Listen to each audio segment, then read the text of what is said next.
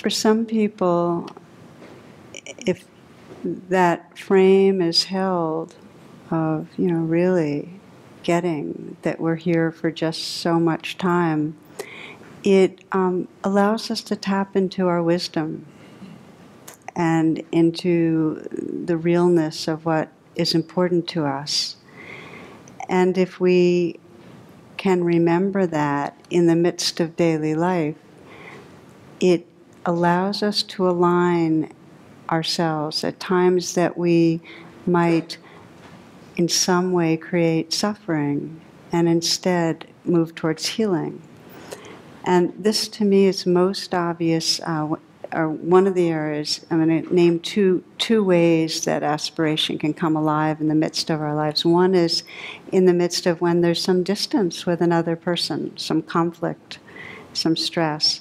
And if we're able to, in some way, tap into that, hey, we're both going to die, we don't have that long on this planet. What really matters? If there's some remembrance, even a glimmer, there's a little more creativity, a little more flexibility to not lock in to our ego stance and sustain the distance.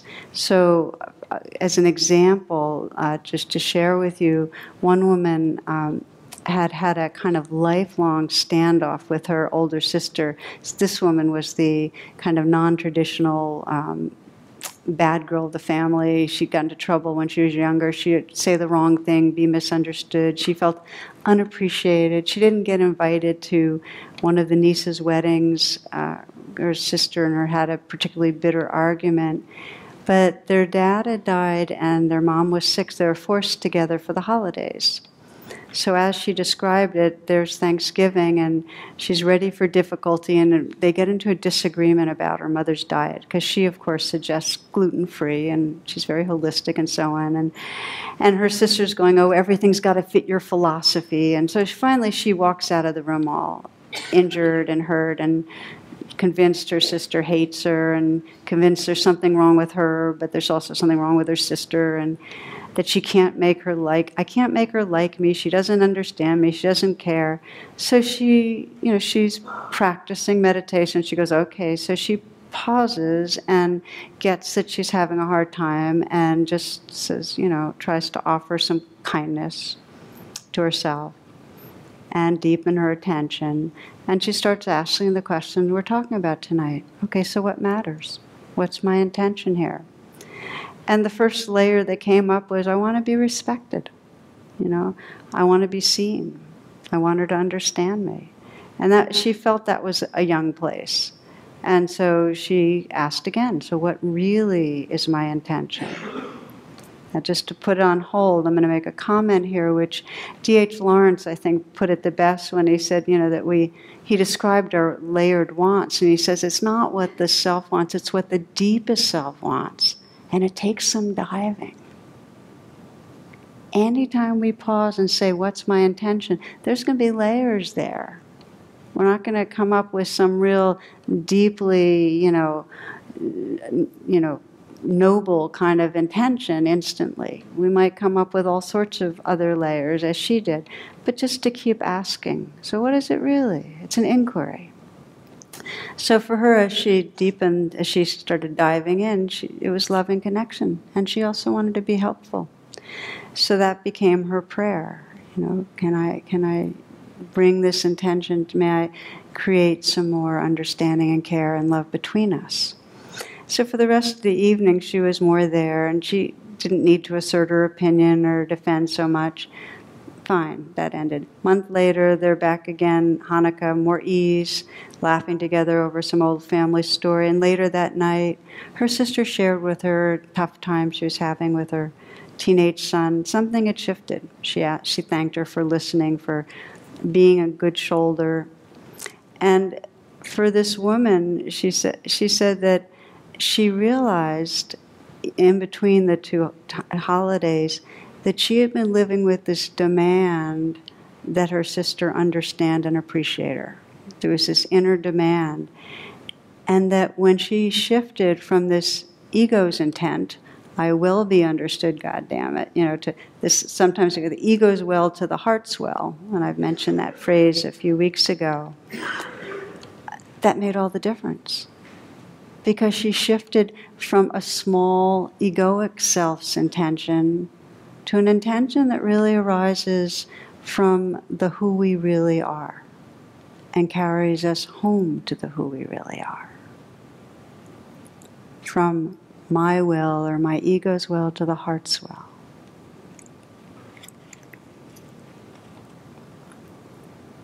So there's really that question, do we want to be awake or do we want more loving presence?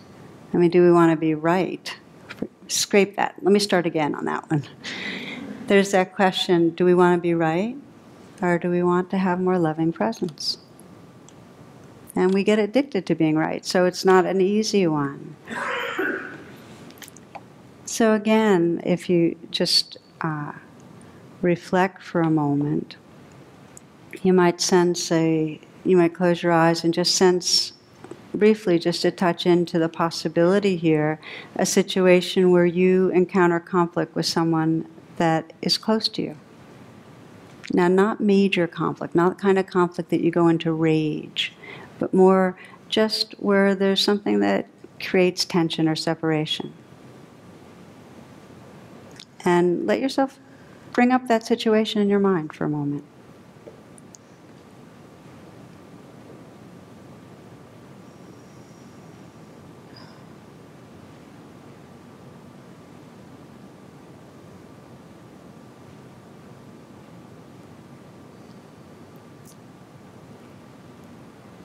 Now, in these situations, things happen fast, and we don't often have the chance to leave the room and process.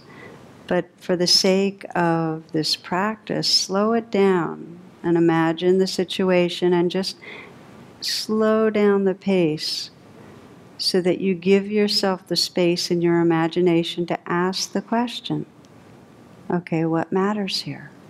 What's my intention? And when you're in the midst of the kind of more the conflict and the strain, or just sense what the ego's intent is. What's the ego's will? What's the demand you have on the situation or the resistance?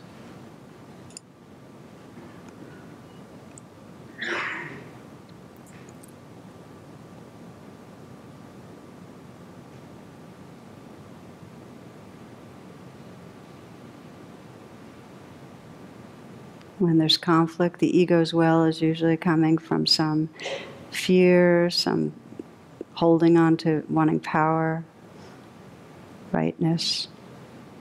Just keep asking, what's my deepest intention?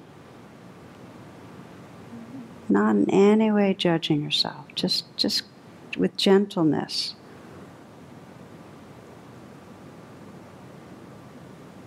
What's my deepest intention here? What really matters in this relationship?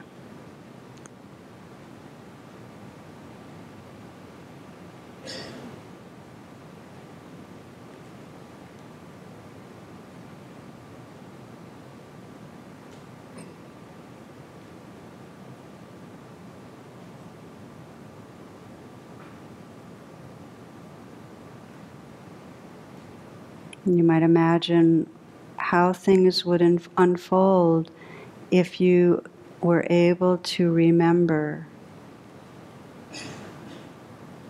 the deeper intention.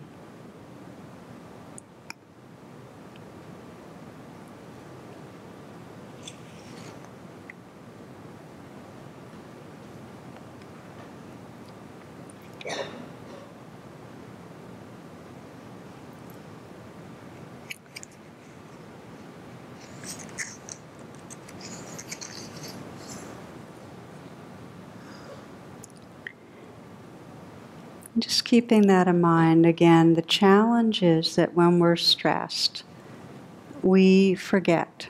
We get in fight flight, we fixate, we want to be right, we're driven by our fear-based experience, and we don't ask the question. So what will remind us to even ask the question, what is my intention?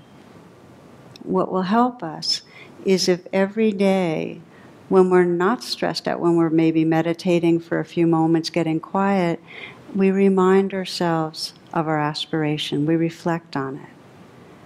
You know, the phrase that neurons that fire together, wire together.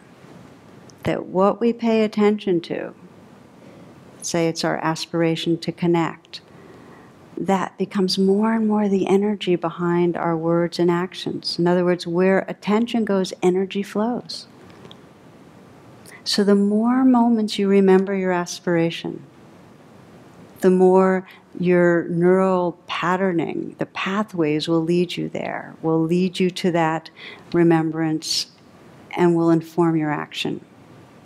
Now, one of the universal ways that I found really, really helpful in considering how to bring this into practice, this is kind of a universal aspiration, which is that when you hit suffering, when things are difficult, to basically have the prayer, may this serve to awaken.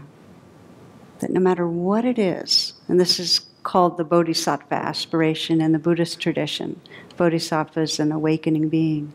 That no matter what it is that's going on, whether it's facing your own mortality, whether it's a divorce, whether it's an accident, no matter what it is, if you want to start practicing with aspiration, just to sense, may this serve to awaken, meaning awaken love, awaken wisdom, awaken me to freedom. If you can remember to add that frame, may this serve awakening, then rather than being the ego's separate self that's caught in the suffering, you will remind yourself of a bigger possibility of who you are. For me, this went from a really cool idea to a turning towards freedom when I hit bottom in terms of getting sick. When I hit bottom, I couldn't exercise, I couldn't walk uphill, I was weak, I had to cancel a lot of different engagements. And so in my mind, I had no idea if I was going to ever get better. It seemed like I was going to continue to get worse. And this went on for a few years. So I went through a lot of grieving and feelings of powerlessness, what I remember in one particular walk on the river, it was flat, it was somewhat easy, and even then I was feeling pain with most of my steps, and I hit this kind of despair, like what's the purpose, that kind of feeling. And and I knew about the Bodhisattva Prayer, so I just started muttering it. And at first I was really muttering it just almost dutifully, like, okay, this is what I should be doing now. You know, I'm on a spiritual path, now I should be, asking for this to serve awakening. But there was grace that I remembered even to mutter, because as I did it, the possibility of awakening re-entered into my mind stream. And I began to sense, wait a minute, no matter how I'm thinking about this sickness is part of the path. And this sickness has the potential to teach me. All of a sudden there was meaning where there wasn't meaning. Viktor Frankl talks about it's not what we're seeking is not happiness or is not a particular state of mind. We want meaning, a sense of being embedded in something larger, being part of something larger, which is waking up to who we are beyond the egoic self. So that prayer, may this serve awakening, was like saying, please teach me, how may this sense of grief and loss in some way, how do I find freedom in the midst of this? Teach me to find freedom in the midst of this. And just the prayer opened up space. And I began to learn. And the way I began to learn was just finding myself in just this moment. Just this moment. There was space, there was wakefulness, there was tenderness. In other words, the prayer helped me come home to a larger sense of being. that had room for what was going on. And subsequently, especially through writing True Refuge, because I've worked with so many people that have been facing something often way larger than what I was facing, it wasn't until they shifted from feeling a victim of the situation to sensing the possibility of awakening through it that their life came back into having meaning and hope. Viktor Frankl writes, "We who lived in concentration camps can remember the men who walked through the huts comforting others, giving away their last piece of bread. They may have been few in number, but they offered sufficient proof that everything can be taken from a man but one thing, the last of the human freedoms, to choose one's attitude in any given set of circumstances, to choose one's own way."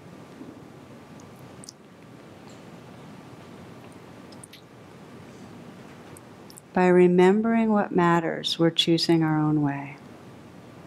By remembering what matters, we're waking up out of the ego's well into the heart's well. So try this, if you will, just to our final reflection here.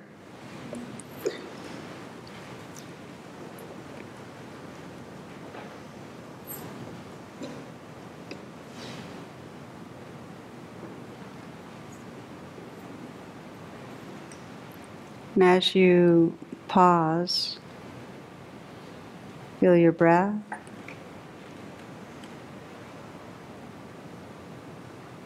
Be aware of the sounds around you.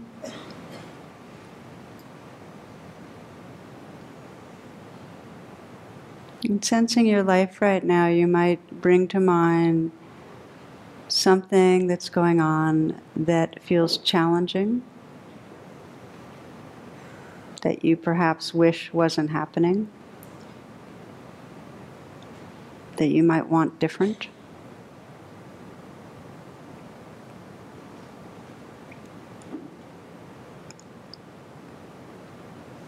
Some set of circumstances that cause anger or fear or hurt.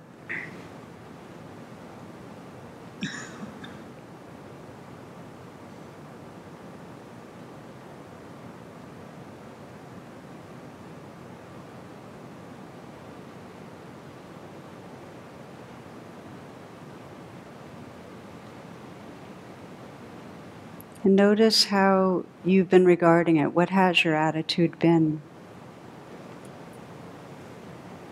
What's your habitual attitude been towards it? And you might look towards when you sense you're kind of in a more of a trance or reactive place. Have you judged yourself or somebody else? Have you been caught in obsessive thinking? Trying to fix? Feeling victimized or oppressed? Again, without judgment, just to notice how you've been relating.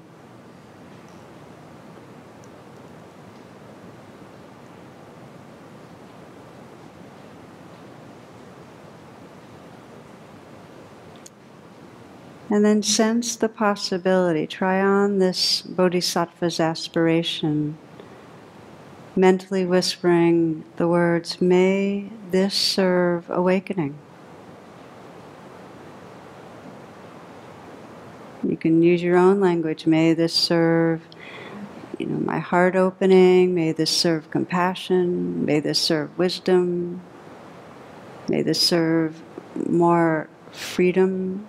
Whatever resonates for you. Whatever your aspiration is, may this serve a spiritual awakening.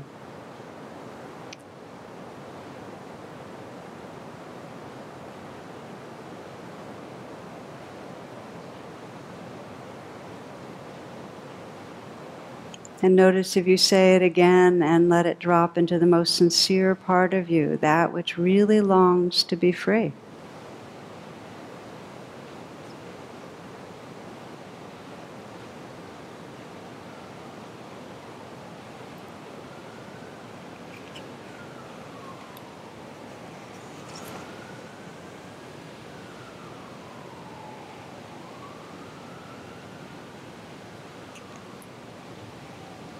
Just notice the difference between the reactive way of relating to difficulty and what happens when you bring it into the realm of aspiration, when you remember what you really care about.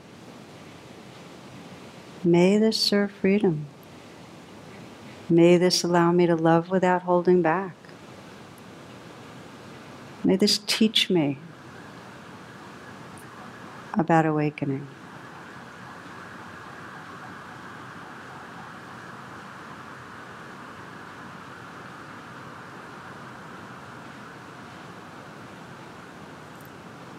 So close with the words of Rilke. He says, "You see, I want a lot. Perhaps I want everything. The darkness that comes with every infinite fall and the shivering blaze of every step up. You have not grown old, and it is not too late to dive into your increasing depths where life calmly gives out its own secret. You have not grown old, and it is not too late to dive into your increasing depths where life calmly gives out its own secret."